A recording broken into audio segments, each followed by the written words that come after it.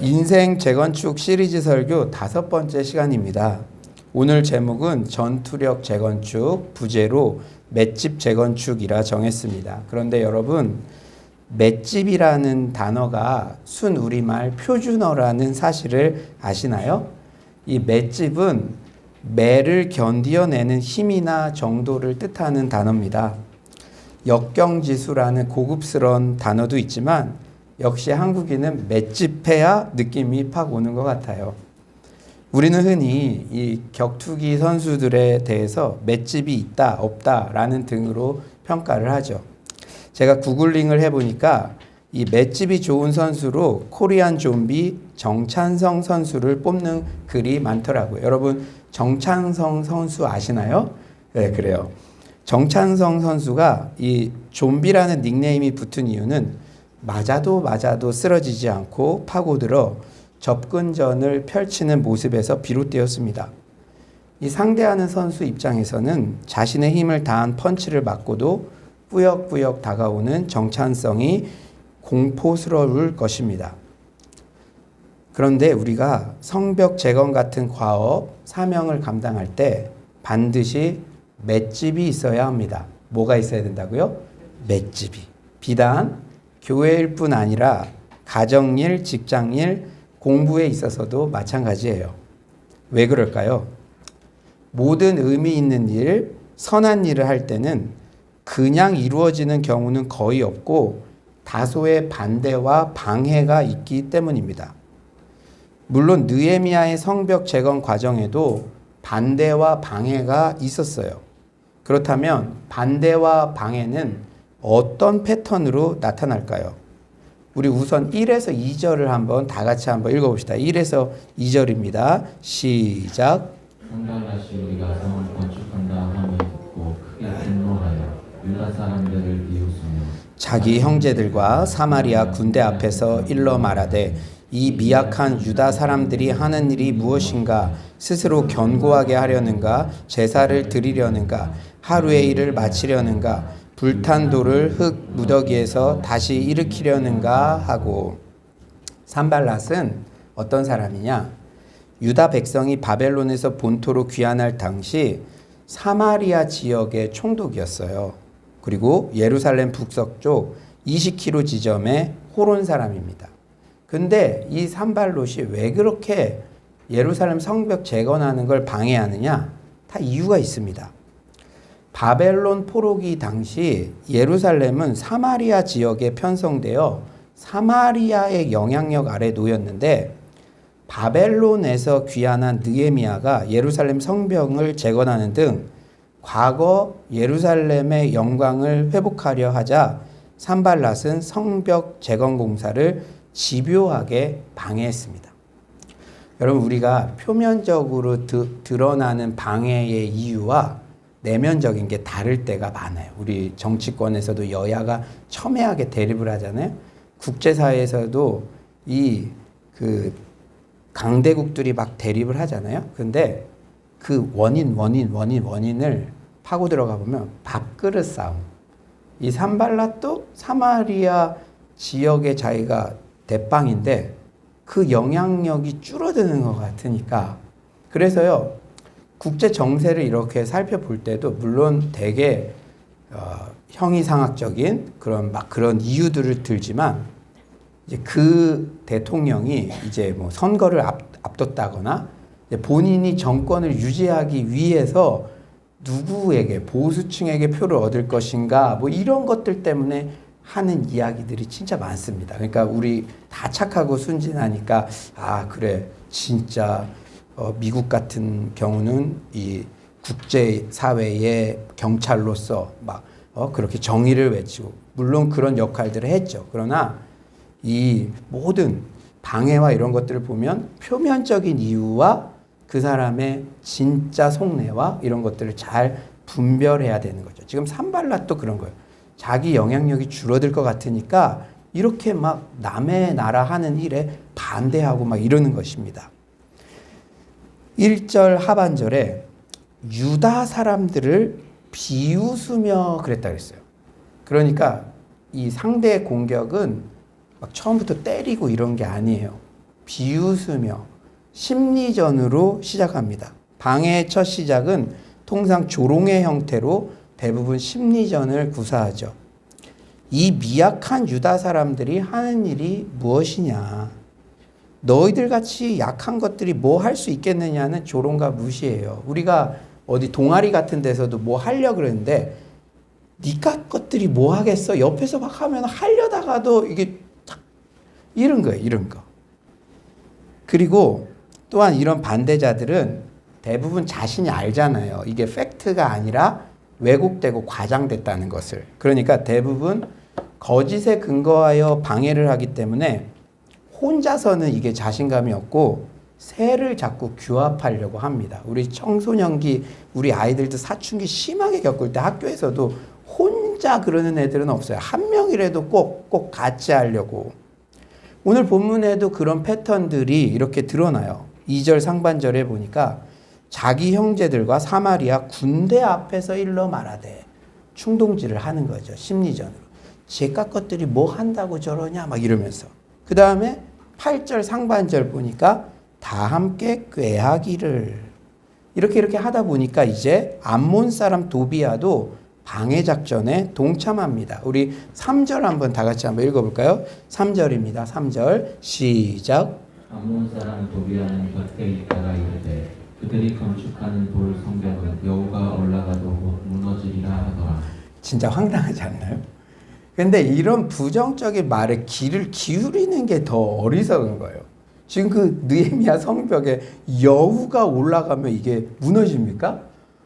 여우가 올라가서 무너질 정도면 한 수만 마리 여우가 거기서 점프를 해야 되겠죠. 실제 나중에 이 느헤미야 성벽이 이렇게 발견을 했잖아요. 그때 보면은 느헤미야가 재건한 성벽은 두께가 2.7m나 되는 견고한 성벽이었대요. 근데 그렇게 견고한 성벽인데 야 저거 여우 올라가도 망할 거야. 쟤네들 그거 못할 거야. 거기는 뭐가 부족해. 못 해낼 거야. 이런 식으로. 이렇듯 반대자들은 흔히 사실에 근거하지 않은 과장된 악성 루머를 퍼뜨리죠. 사랑하는 여러분, 여러분이 뭔가 교회에서 그리고 여러분 직장이나 여러분이 관계된 곳에서 성벽 재건 같은 귀한 사명을 감당하는데 반대자가 나타나서 너같이 미약한 게 뭐 할 수 있겠냐 비웃으며 부정적인 소문으로 새를 1명, 2명 규합해서 근거도 희박한 과장된 소문, 거짓 소문을 계속 퍼뜨리면 어떻겠습니까? 우리도 다 연약한 사람이기 때문에 다소 낙심되고 일하고자 하는 의욕이 꺾이기도 하죠. 또한 이런 일이 반복되다 보면요. 제가 권투하시는 분한테 물어보니까 이 잽이 왜 중요하냐? 잽을 계속 맞다 보면 카운터 펀치 딱 할 때 그냥 끝난다는 거죠. 그러니까 한 번에 그러는 경우도 있지만 잽을 계속 잽을 계속 맞다 보면은 우리가 그만큼 약해진다는 것이죠. 그래서 KO패를 당하기도 하고. 여러분 오늘 본문 말씀 진짜 잘 들으셔야 됩니다. 이게 단순히 교회 안에만 해당되는 게 아니라 여러분이 사업을 할 때도 뭘 할 때도 이런 일들이 분명히 있다는 거예요. 사랑하는 여러분, 그래서 이 외부에서 자꾸 잽을 이렇게 치고 공격을 하다 보니까 열심히 성벽 재건을 하던 이스라엘 백성들도 반대자들의 반복된 악성 루머에 의욕이 상실되는 위기를 맞이했어요. 우리 10절 한번 다 같이 한번 읽어볼까요? 10절입니다. 10절 시작.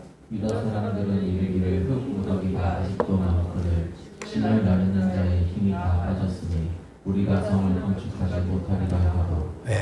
대적자들이 너희는 못할 거야 그러니까 우리 그래 못할 것 같아. 이게 지금 큰일이 일어난 거죠.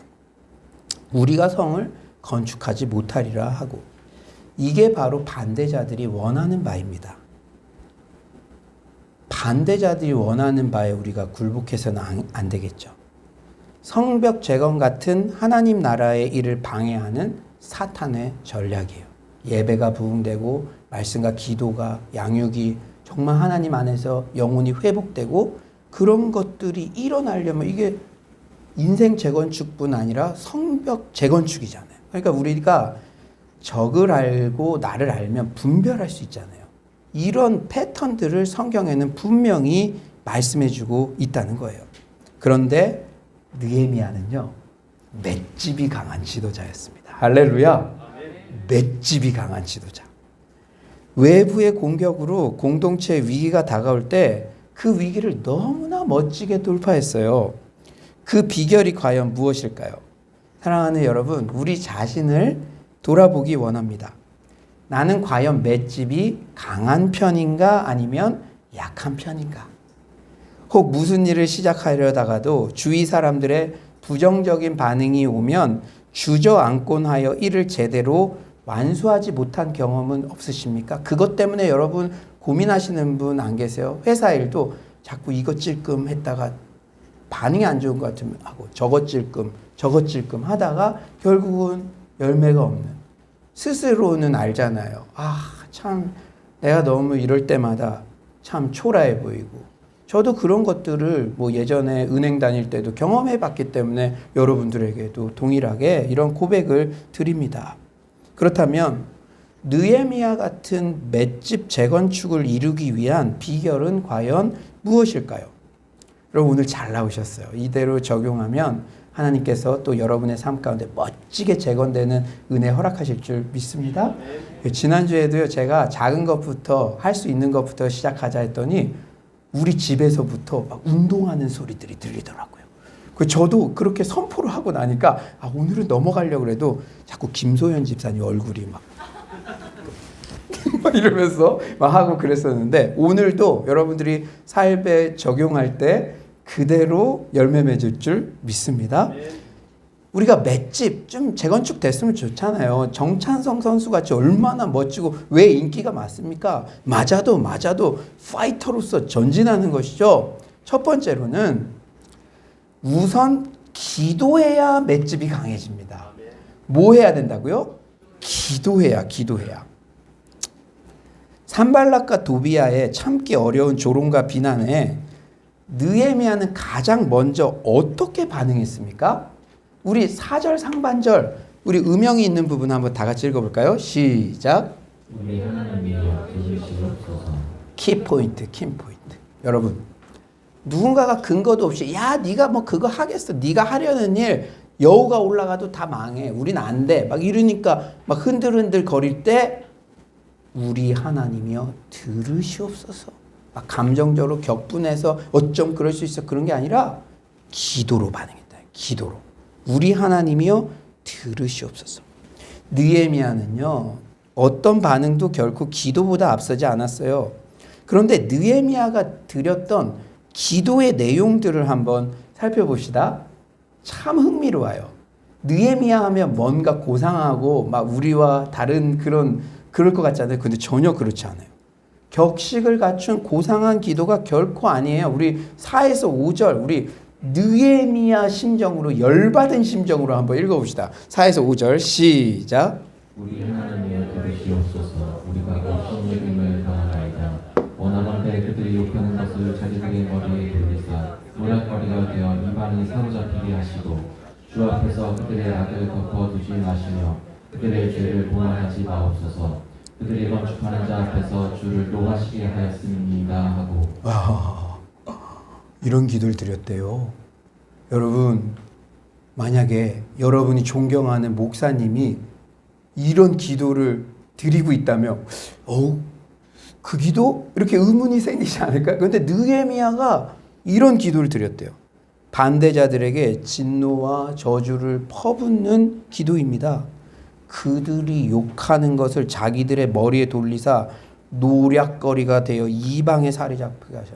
나를 저렇게 비아냥거리고 수모를 당하게 하는데 그거 다 걔네들한테, 걔네 얼굴에 돌려서 전 이방이 볼 때 비방거리, 노략거리 되게 하소서. 이런 기도를 느헤미야가 글쎄 드렸대요. 사랑하는 성도님들, 잘 들으십시오.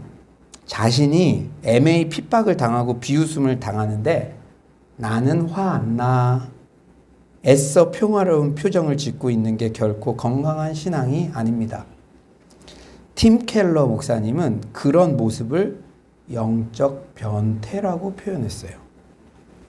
나는 타인이 비웃는데도 화내지 않을 수 있는 근사한 존재다라고 자기 자신을 특별한 존재로 과신하는 것도 교만의 또 다른 모습입니다. 나는 상대방이 비아냥거리고 말도 안 되는 걸로 그러면 화낼 수 있어. 화나는 존재지. 연약한 존재지. 그거 인정해야 돼요. 그게 겸손입니다. 화가 날 만한 상황에서는 화가 나는 게 정상이에요. N번방에서 수많은 여성이 성적 학대를 당했는데도, 신당역에서 한 여성이 스토커에게 처참하게 살인을 당했는데도 어떤 감정의 동요도 없이 무관심하고 화가 나지 않는 게 더 비정상적이에요. 느헤미야는 대적들의 도를 넘는 비아냥에 우리가 업신여김을 당했다는 분노를 느꼈습니다. 그런데 키포인트. 그런데 분노 자체가 일어나는 것은 정상이지만 그 분노를 우선 하나님 앞에 가져가야 됩니다. 아멘이십니까? 하나님 앞에. 복수심에 불타 분노를 사람에게 당장 쏟아내면 그 분노는 수많은 죄에 나를 내어주는 출입문을 여는 거예요. 출입문. 사단이 우는 사자같이 삼킬 자를 찾는데 첫 번째 표적, 분노하고 있는 자. 출입문을 여는 거예요. 죄야 들어와라. 예? 분노가 살인까지 연결된 가인이 그 대표적 샘플입니다. 분노가 일어났을 때 그걸 하나님 앞에 다루었어야 되는데 가지고 있으니까 아벨을 죽이는 데까지 가잖아요. 여러분 잊지 마십시오. 문제가 생겼을 때 우선은 침묵하며 하나님께 기도합시다. 이 방법이야말로 수많은 대적들의 비난과 비아냥에도 중도하차하지 않고 결국은 과업을 완수해내고야마는 맷집 재건축 비결의 핵심 중에 핵심인 줄 믿습니다. 우리 따라서 한번 해봅시다. 침묵하며 기도합시다. 하나님께서는요, 원수들에 대한 분노와 저주도 훌륭한 기도로 인정해 주세요. 여러분, 기도 그렇게 막 너무 어려운 거야, 막 뭐뭐뭐를 갖춰야 돼 생각하지 마세요. 여러분이 솔직한 감정을 쏟아내는 것 그 자체도 훌륭한 기도로 인정해 주십니다. 시편의 수많은 시가 그 증거예요. 특히 여러분, 분노가 일어날 때 여러분 적으세요. 시편 109편, 시편 109편. 그거 읊조리세요. 하나님 앞에. 제가 한번 들려드릴게요. 1절, 내가 찬양하는 하나님이여 잠잠하지 마옵소서. 6절, 악인이 그를 다스리게 하시며 사탄이 그의 오른쪽에 서게 하소서. 10절, 그의 자녀들은 유리하며 구걸하고 그들의 황폐한 집을 떠나 빌어먹게 하소서. 이런 시편의 내용이 있다는 사실이 놀랍지 않으십니까? 여러분, 고상한 하나님, 고상한 시인, 고상한 신앙의 선배를 찾는 자들은 시편에서 이런 거를 발견하면 교회도 세상과 똑같네? 던져버리기도 한대요. 구도자들 중에. 제가 존경하는 우리 C.S. 루이스도 한때 원수에 대한 저주 기도가 과연 성경적인가 하는 문제로 씨름했다고 합니다. 그가 신앙을 갖기 전에 기독교를 알아보기 위해 시편을 읽다가 한때 성경을 던져버린 이유이기도 했어요. 그러다가 이 시편을 계속 좀 더 묵상하다가 깨달은 것은 기독교 성경이 유니크하다는 거예요. 유니크. 뭐냐? 적어도 성경은 인간의 감정에 가장 정직한 책이란 생각과 함께 성경의 하나님, 특히 시편의 하나님이 이런 인생들의 누군가를 저주하고픈 마음까지도 받아주시는 하나님이라는 결론에 도달하게 되었대요. 또한 하나님은 원수들의 죄에 대해서 시인들의 표현과 마찬가지로 가차없는 적대감을 갖고 계시다는 사실을 깨닫게 되었다고 합니다. 잘 들으세요. 그 죄인에 대해서가 아니라 그 죄에 대해서 말이죠. 그래서 결국 시편의 저주 기도는 죄 자체는 결코 묵인되거나 용인될 수 없으며 어떠한 타협도 있을 수 없다는 정말 성경적인 내용의 기도라는 사실을 인정하게 되었다고 합니다. 사랑하는 성도님들, 선한 일을 하려는데 주변에 비아냥이 있습니까? 때때로 억울해서 주저앉고 싶으십니까? 그때 처음부터 사람과 직접 붙어서 해결하려 하지 말고 우선은 우리의 모든 분노와 억울함까지도 다 받아주시는 하나님 앞에 호소합시다. 모든 상황을 가장 잘 아시는 하나님께서 도와주시고 결국은 샘하실 것입니다. 억울하게 비판당하고 공격당할 때 성도의 전투력을 회복시키는 맷집 재건축의 제일의 처방은 기도인 것을 잊지 맙시다. 아멘이십니까?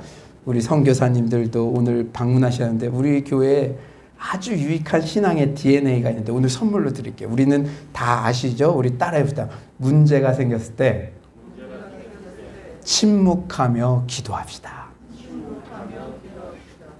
이 방법이 우리 인생, 우리 목양을 해가면서 얼마나 지혜롭고 탁월한 방법인지. 사람 자꾸 찾아다니고 사람은 해결 못합니다. 문제가 생겼을 때 침묵하며 기도하는 그 유익을 누리는 여러분 모두가 되시길 간절히 축원합니다. 왜 그러냐? 사람이랑 말하다가 전투력 다 떨어져. 얼마 안 있는 전투력까지도 다 떨어져. 침묵하며 기도할 때 맷집이 다시 생기고 느헤미야도 다시 힘을 내서 나아갈 수 있었던 것이죠. 여러분 회사 생활할 때도 마찬가지예요. 여러분 다 마음 듣는 사람들만 있습니까? 아니요. 저도 예전 직장 생활했다 보니까 어쩜 그렇게 하나님이 나랑 다른 생각의 사람들만 이렇게 그 사람이 다른 부서 가면 또 와요. 그런데 그럴 때 그 사람들 만나서 하다 보면 거기에 다 에너지 다 쏟고 할 일도 못 합니다. 하나님 앞에 아뢰고 하나님 앞에 때로는 너무 못 잡을 것 같은 그때 하나님께서 결국은 샘하시고 하나님께서 도와주시는 그 궁극적인 해결책을 경험하게 될 줄 믿습니다. 두 번째로는 기도와 액션이 병행되어야 맷집이 점점 강해집니다. 기도와 뭐가 병행되어야 된다고요? 액션이. 그리고 여러분 오늘 본문에서 키포인트는 느헤미야가 정말 수치스러운 말을 들었잖아요. 그런데 주저앉지 않았다는 거예요. 수치스러운 말을 듣더라도 할 거는 해야 됩니다. 저는 요새 우울증, 무기력증 그런 거에 대해서 관심이 많아요. 그래서 무기력을 무기력하게라는 책도 제가 이렇게 읽어봤는데 그 책을 다 읽으면서 제일 중요한 결론, 교훈. 거기서 이런 조언을 해요. 무기력증이 찾아오면 우울증이 찾아오면 다 포기하고 싶다는 거예요. 포기해요. 직장도 지금 포기했다가 좀 건강 새로워지면은 새롭게 도전하면 더 좋은 직장 갈 수 있을 것 같다. 그러나 그 저자가 그러더라고요.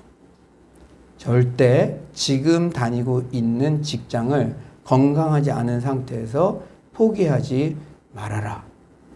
너가 너무 힘들고 너무 무기력증에 빠져도 안 잘릴 만한 거 있잖아요.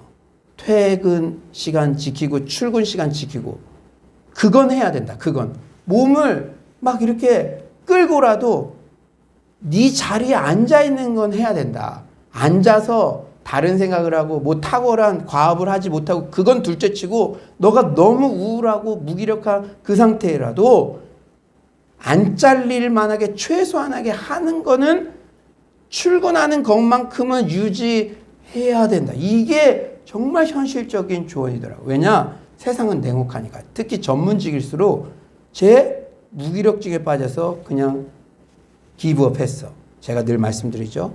넘어지더라도 트랙 안에서. 세상은 그런 사람에게 다시 기회를 주기가 희박합니다. 특히 CEO는 그 사람이 복직한다 그래도 절대 중요한 일을 그 사람에게 안 맡깁니다. 같은 맥락이죠. 같은 맥락. 우리가 아무리 외부에서 우리를 비아냥거리고 이렇게 하더라도 할 거는 했다는 것. 이게 키포인트입니다. 아멘이십니까? 기도하고 기도와 함께 할 거를 하는 그 액션이 병행되어야 한다는 것이죠. 신앙은요 항상 양극단을 피해야 됩니다. 느헤미야와 이스라엘 백성들은 기도했다고 그냥 넋놓고 있지 않았어요. 예루살렘 성벽 재건은 기도한다고 저절로 벽돌이 빵 와가지고 막 합니다. 손발을 움직여야 하나 올라가는 거예요. 우리 6절 한번 다 같이 한번 읽어볼까요? 6절입니다. 6절 시작. 이에 우리가 성을 건축하여 전부가 연결되고 높이가 절반에 이르렀으니 이는 백성이 마음 들여 일을 하였음이니라. 예, 대적들의 방해를 없애달라고 기도한 후 모든 백성들이 마음을 들여 실제 일을 했어요. 실제 일을 했다는 거예요. 실제 일을 했다는 거예요. 일을. 기도만 하고 말만 한 게 아니라 실제 일을 했다는 거예요. 대적들의 비난과 비아냥은 여전하지만 기도하고 우직하게 과업을 실행하는 게 중요합니다. 이삭도 대적들이 조상들의 우물을 막았지만 지역을 옮겨가며 파고 또 팠어요. 또 팠다는 게 중요합니다. 어떤 대상을 사랑하여 기도했다고 하면 손발이 움직이게 되어 있어요. 우리 어머니들이 자녀를 사랑하니까 기도하고 사랑을 표현하니까 손발이 움직이잖아요. 도시락도 싸주기도 하고.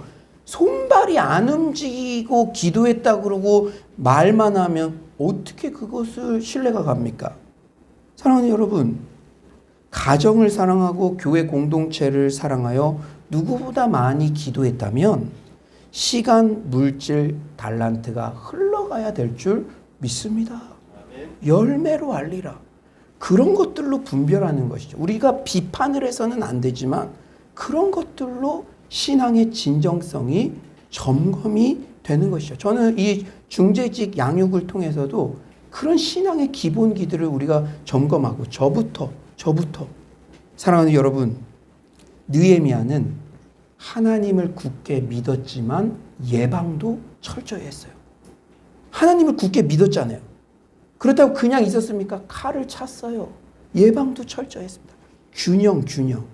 여러분 기도 많이 하십니까? 그렇다면 액션도 취하십시오. 너무 액션만 취하십니까? 기도의 자리로 나오십시오. 사랑하는 여러분, 17에서 18절 한번 다 같이 한번 읽어봅시다. 17에서 18절 시작. 성을 건축하는 자와 짐을 나르는 자는 다 각각 한 손으로 일을 하며 한 손에는 병기를 잡았는데 건축하는 자는 각각 허리에 칼을 차고 건축하며 나팔 부는 자는 내 곁에 섰었느니라. 아멘. 이와 같이 그들은 현 상황에서 최선을 다했어요.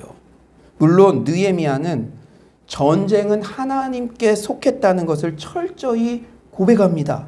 15절 중반절에 하나님이 그들의 꾀를 패하셨으므로 20절 하반절에 하나님이 우리를 위하여 싸우시리라 하였느니라. 신앙이 없는 사람이 아니었어요. 기도를 안 하는 사람이 아니었어요.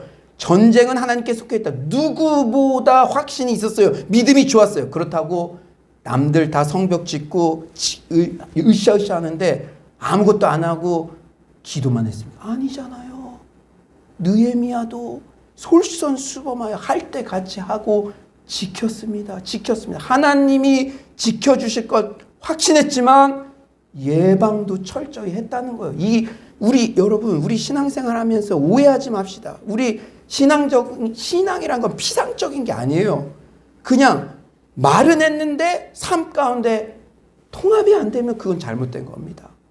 사랑하는 여러분, 하나님을 신뢰하지만 예방도 하는, 실제 몸을 움직인 액션도 했던 느헤미야의 자세가, 이런 진정성이 우리에게도 부어지기를 간절히 축원합니다. 사랑하는 여러분, 21절이죠. 우리가 이같이 공사하는데 무리의 절반은 동틀 때부터 별이 나기까지 창을 잡았으며. 이렇듯 기도와 믿음은 인간의 노력을 배제하지 않습니다. 그들은 기도하면서 일했어요. 기도와 일을 분리하지 않았습니다. 기도와 일을 분리시키면 쉬지 말고 기도하라는 명령에 복종할 수가 없어요. 그러면 어떻게 쉬지 않고 항상 기도할 수 있습니까? 기도는 곧 노동이고 노동은 곧 기도입니다. 기도한다고 해서 노동을 게을리해서도 안 되고 노동한다고 해서 기도를 게을리해서도 안 됩니다. 제가 자주 우리 청년 대학생들, 이건 인생에서 너무 중요한 얘기이기 때문에 반복해서 얘기해주는 예화가 있어요. 무디 목사님, 얼마나 성령 충만한 목사입니까? 여러분 잘 아시죠? 무디 목사님이 어느 날 배를 타고 대서양을 건너가는데 그 배 안에 화재가 발생했어요. 그러자 그 배 안에 유명한 부흥사인 무디 목사님이 있다는 것을 안 어떤 사람이 목사님을 찾아와서 다음과 같이 말했습니다. 목사님, 불이 났습니다. 기도 좀 해주십시오. 그러자 무디 목사님은 황급히 일어나면서 아니요, 물동이를 가져와요. 물을 부어 불을 끄면서 기도해야지요 라고 말했습니다. 만약 그때 무디 목사님이 그 사람의 요청대로 배 뒤편에서 기도만 했다고 생각해 보십시오. 어떻게 되었겠습니까? 불을 끄면서도 기도할 수 있어요. 이와 같이 기도는 인간의 노력을 배제하지 않습니다. 우리 서울 땅에 있는 청년 대학생들, 내 자녀 갖고 정말 그들을 위해서 기도해야 됩니다. 아껴야 됩니다. 그러면 액션을 하는 거잖아요. 우리가 미션홈을 하기도 하고 이 아이들을 어떻게든 예배에 동참시키려고 하고. 사랑하는 여러분, 참된 기도는 기도하기 때문에 우리를 아무것도 하지 않게 만드는 것이 아니라 우리가 해야 할 일을 더 잘하게 만드는 것입니다. 그러므로 문제를 두고 기도할 때 그 문제를 해결하기 위하여 현 상황에서 최선을 다해야 한다는 사실을 명심하시기 바랍니다. 이렇듯 균형 잡힌 영성, 기도와 액션을 병행할 때 영적 내공은 점점 강해지는 거예요. 과거에는 큰 장애라 걱정했지만 이제는 웬만한 반대에도 결국 이를 해내고야만은 맷집 재건축이 이루어집니다. 여러분 잊지 마세요. 무기력을 무기력하게, 그 교훈 여러분들에게 다시 한번 강조합니다. 출근은 해야 됩니다. 자리는 가야 됩니다. 내가 힘든 것 같고 주변에 방해가 있고 비아냥거리게 한다고 하더라도 하던 거는 해야 됩니다. 손발을 움직여야 됩니다. 할렐루야. 여러분 삶에 적용하시기를 축원합니다. 이제 말씀을 정리하겠어요. 역경에 부딪혔을 때 나타나는 유형은 세 가지예요. 첫째, 포기하는 사람. 힘든 문제를 만났을 때 포기하고 도망가 버리는 사람을 말합니다. 둘째, 안주하는 사람. 도망가지는 않지만 역동적으로 문제를 해결하지 못하고 현상 유지밖에 못하는 그런 유형이에요. 셋째, 정복하는 사람. 이 유형은 모든 힘을 다해 역경을 뛰어넘는 마치 산을 타는 듯한 클라이머형이라고 할 수 있습니다. 역경을 정복하는 사람은 혼자가 아니라 조직원 전체를 데리고 역경이라는 험난한 산을 함께 넘어갑니다. 그런데 안타까운 것은요, 코로나 3년을 지나면서 뭔가 포기했다는 첫 번째 유형의 소식들이 심심치 않게 들린다는 거예요. 내 자녀가 세상과의 교제를 포기하고 문 밖으로 나오지 않는다는 소식. 부부간의 갈등을 극복하지 못하고 결국 부부의 연을 포기했다는 소식. 심지어는 선후배 목회자들 중에 더 이상 버티지 못하고 목회를 기브업했다는 안타까운 소식들도 들립니다. 저는요, 늘 기도하면서 여러분을 생각하는 그런 사람이잖아요. 제가 인생 재건축 정말 매주 말씀을 전하면서도 여러분들에게 숙제처럼 여겨지지 않기를 바라는 마음으로 전합니다. 여러분들의 힘든 상황을 몰라서 소망적인 메시지를 전하는 게 아니에요.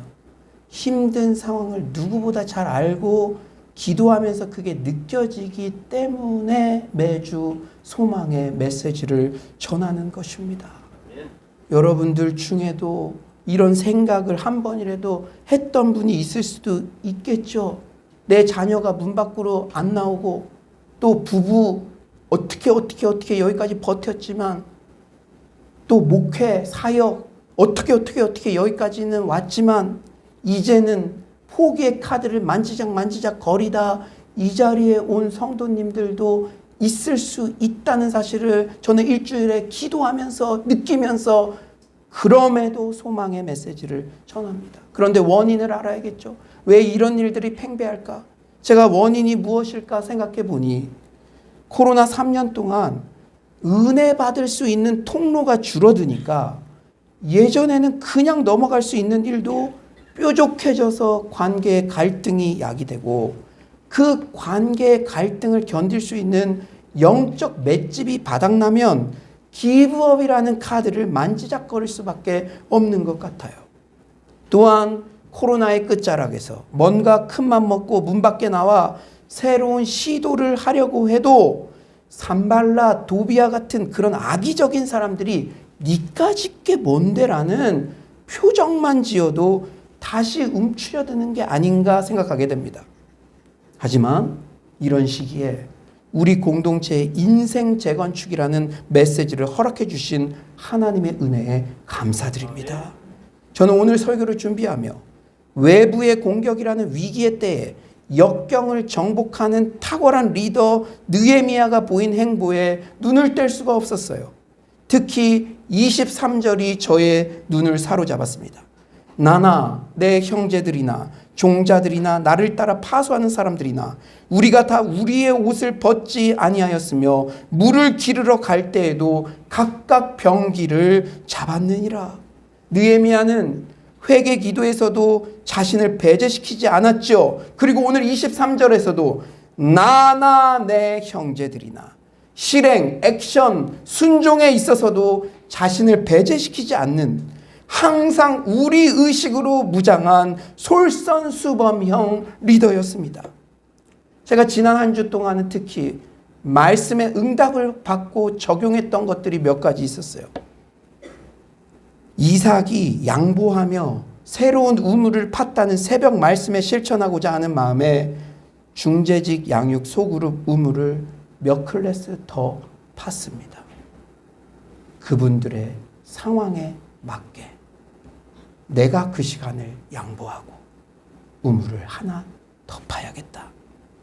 오늘 말씀을 준비하면서도 느헤미야가 기도하고 그에 맞는 구체적 액션을 취했다는 사실을 묵상하며 나의 작은 실천을 하나님께서 응원해 주셨다는 마음이 들어 감사했습니다.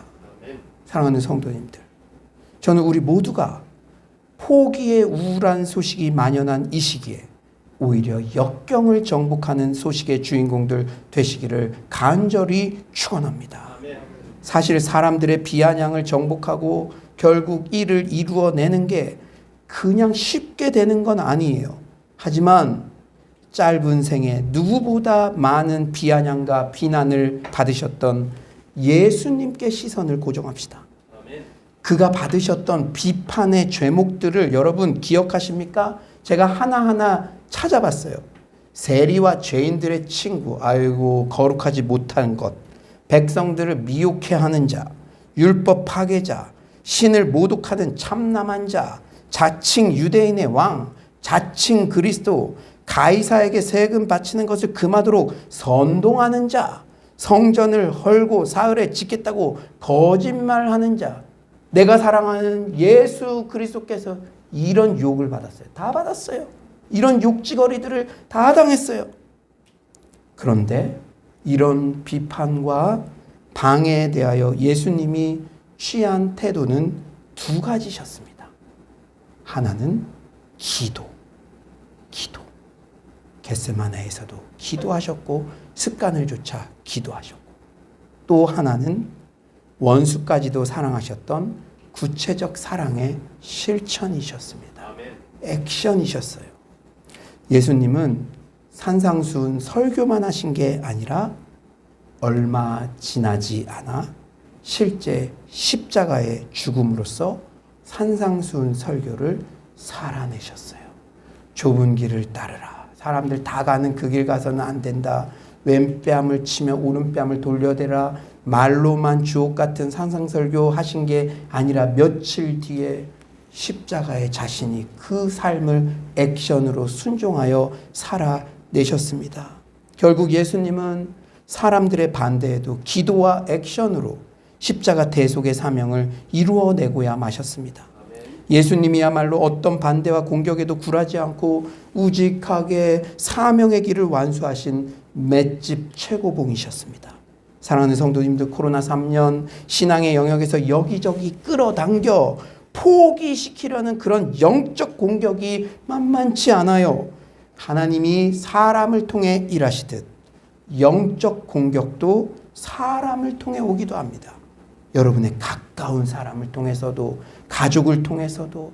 여러분, 우리는 늘 분별하고 우리가 하나님 앞에 깨어 기도해야 될 줄 믿습니다.